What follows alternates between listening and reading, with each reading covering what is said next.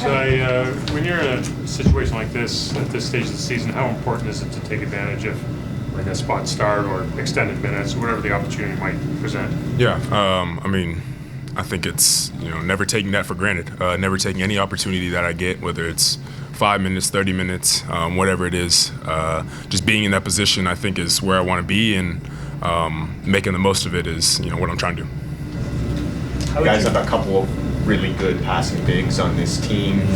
For a player like yourself that moves well without the ball, how much of a benefit is that? I mean, even today, a couple assists early on from Yak on cuts. Yeah, so it's really nice, really nice to be found on those cuts, and because it's always a short window of when you're open and all that. So having those bigs that have that ability to pass and play make like that is really cool. It's really fun to play with. What's the learning curve like there? I mean, you spent most of your time here so far playing with Kelly in the second unit. Do you have to spend that time building chemistry with a player like Yak, or is it just one of those things where you cut and he's going to find you? Yeah, it's kind of one of those things where, I mean, although I haven't been on the court with him, I've been watching him, and him and Kelly are obviously a little bit similar in that way, where they find cutters and make those distributing plays. So just being ready for those and playing off that. How would you rate your performance tonight? I'd rate it like a C. Kind of hard on myself, but I obviously didn't shoot it well, and I thought that's something that could have shown up and could have been better at. But yeah, I mean, there's obviously room to grow, and even if I made all those shots, I would have said, probably like a B+ or A-. That's just kind of how I am. I always want to get better, game by game. So. Darko's said a couple times that he's told you guys that he's not going to, you have a good game, bad game, he's not going to sort of change his judgment on that. But this is a big opportunity for you guys with Scotty out. How much pressure are you putting on yourself over this next little bit? I mean, I think the best thing to do is not put any pressure on yourself. Easier said than done, obviously, but to just trust in him, that, whatever you do out there, he fully supports you, and obviously it's early and you're building his trust, but just going out there and playing hard, and if you're doing that and you make mistakes, going 100 miles an hour, he should be good with that. So that's just how I play, and that's how I approach the game, is just playing hard, defensive mindset, and just trying to be a leader out there. Cool. Thank you, guys. Trying to shame them into getting you a Toronto FC jersey or something? No. I actually just got sent this by Sporting Kansas today. Darko said he talked to you and RJ before the game. I don't know if it was together or separate, but said even with Scotty out, he wants you guys to sort of stick to what you guys do and don't try to do too much. How do you feel you did with that first night without Scotty? Yeah, Scotty's a big part of what we do. It takes a group effort to make up for what he does. Takes a lot more effort, honestly, because he does so much that doesn't show up on the stat sheet. So a lot of effort, things we have to make up for. The intangibles, things he does, extra possessions he gives us, the defensive versatility. So kind of a group effort to make it that up. Yeah, we talked briefly before the game, but so can you just take me through what you think or may have happened with Scotty? I still haven't seen the video. Yeah. And so what does anyone kind of explain to you? They said I kind of kicked him a little bit.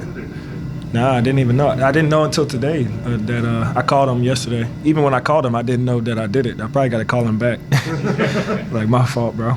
But and I mean, in terms of we were talking to Ochai, and any opportunity in the NBA can be pivotal for a guy's career, and so right. In your role as point guard, are you kind of, I don't know if conscious, but are you kind of looking for opportunities to help guys get confident, kind of find their feet, and kind of show their best selves? Absolutely. To your point, I think my first game I ever played in my career was a preseason game, and all the guards were hurt. Like 6 or 7 guards were hurt, and that was my first chance to get to play, and I took advantage of it, and Ochai did the same. He was aggressive. He crashes every time, which our team loves and needs. A lot of rebounds, 4 offensive rebounds. So, and he plays defense with a lot of energy, a lot of effort. He's just a winning player, which you need to win in this league. So, he did a great job tonight. On that theme, like, do you expect this team who knows where you might end up at regarding chasing that playoffs play-in spot, but the attention to detail, the accountability, do you expect that to be front and center, really? Yeah, the day-to-day grind of trying to be a champion never changes. What we have to do on a day-to-day basis of, like you said, attention to detail, film. We have to do all the little things to give ourselves a chance to win, play with great effort and energy, and we have to be hard workers, whether that's on a day like tomorrow, we have to come in and we have to have a great practice every single day. We can't take any days off, and that's just who we have to be. How different did your offense feel without Scotty? Definitely different. Anytime somebody that plays 40 minutes a night is not in the game, I think everything changes, but you try to keep it the same as much as you can. Scotty probably gets me like 4 open shots a game, so makes my job really easy. But, everybody came in, chipped in, played with great effort. Everybody was, playing with great energy, so that's what we're going to need. As Grange just referred to, a play-in spot still in range. What's the mindset have to be given that Scotty's out and Yak might be out as well? I think the mindset just has to be to come in every day and give everything you have with great effort and great attention to detail. Everybody is like talking about the result of the play-in, but I think if you put everything you have into every day, I think that's the most important part about it. Obviously, we have to go out and compete as well, but just going out and whether it's a practice, a game, film session, just being present in that moment and trying to get better in that moment is a big part of winning. Are there parts of your game that have to expand or should expand now with Scotty out? I think I have to be a better leader, which I think I have to do regardless, whoever's on the floor. We're a very young team, so just trying to show guys where they need to be and just encouraging guys to do the best they can and just try to do my part as a leader to try to encourage guys to help them get better, to help them improve. But, on the floor, I try to be who I am, which is be aggressive, compete, and have fun. That's, kind of what I just stand by. Appreciate it. Doing pretty well in key jobs. I talked to those guys individually before the game, and what I told them is like they're gonna have expanded role and minutes, and I told them that I'm not gonna make any conclusions based on one game, good or bad, So I thought that tonight both of them they did some really good stuff, and I think there is another layer to it. What they can do communication-wise, where they need to be on the floor, that kind of stuff. We allowed them to score 62 points in the paint, and that's big emphasis for us to protect our paint better.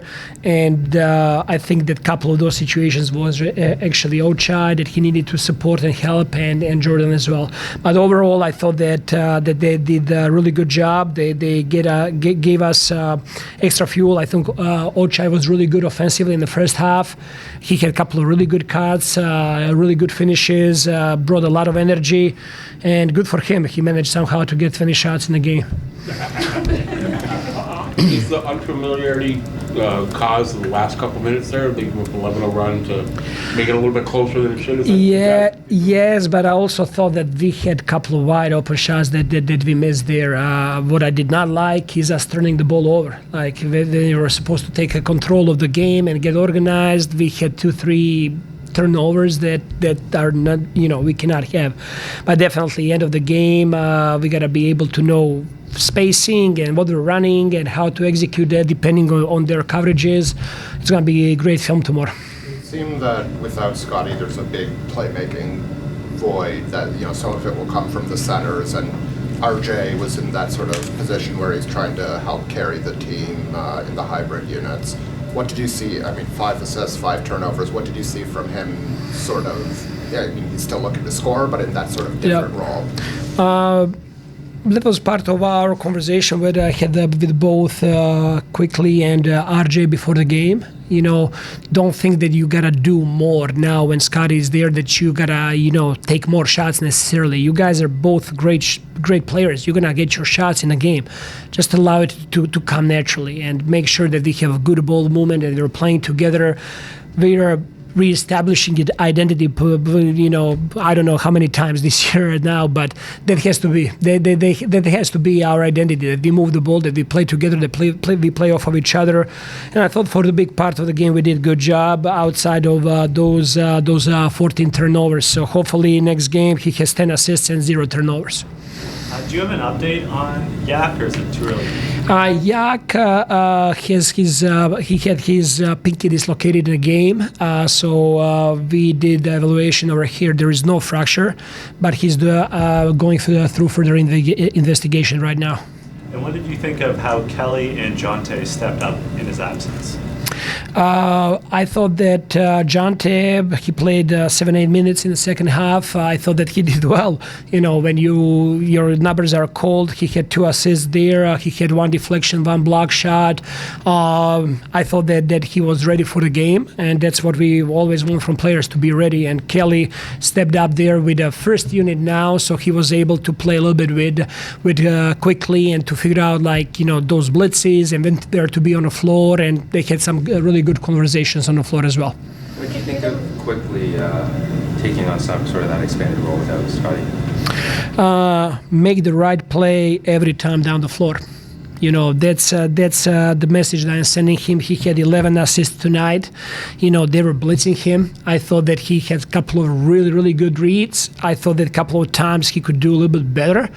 But I'm loving that he's in this position, that he's going to have so much more to handle. I thought that he did a really good job of making sure that Gary gets touches, that RJ gets touches to run a team, but at the same time to stay aggressive, So I was really happy with his performance tonight. We could hear the reaction from here. Who got the chain today? RJ got a chain, and our video guy, Rashawn Brothers, got his first scout, and that loud celebration was celebrating him that he got us a winning scouting report. Thanks for watching the Toronto Raptors YouTube channel. Check out our latest video and subscribe for more. Denied, lead pass, here's McDaniels. In a crowd, wide open three.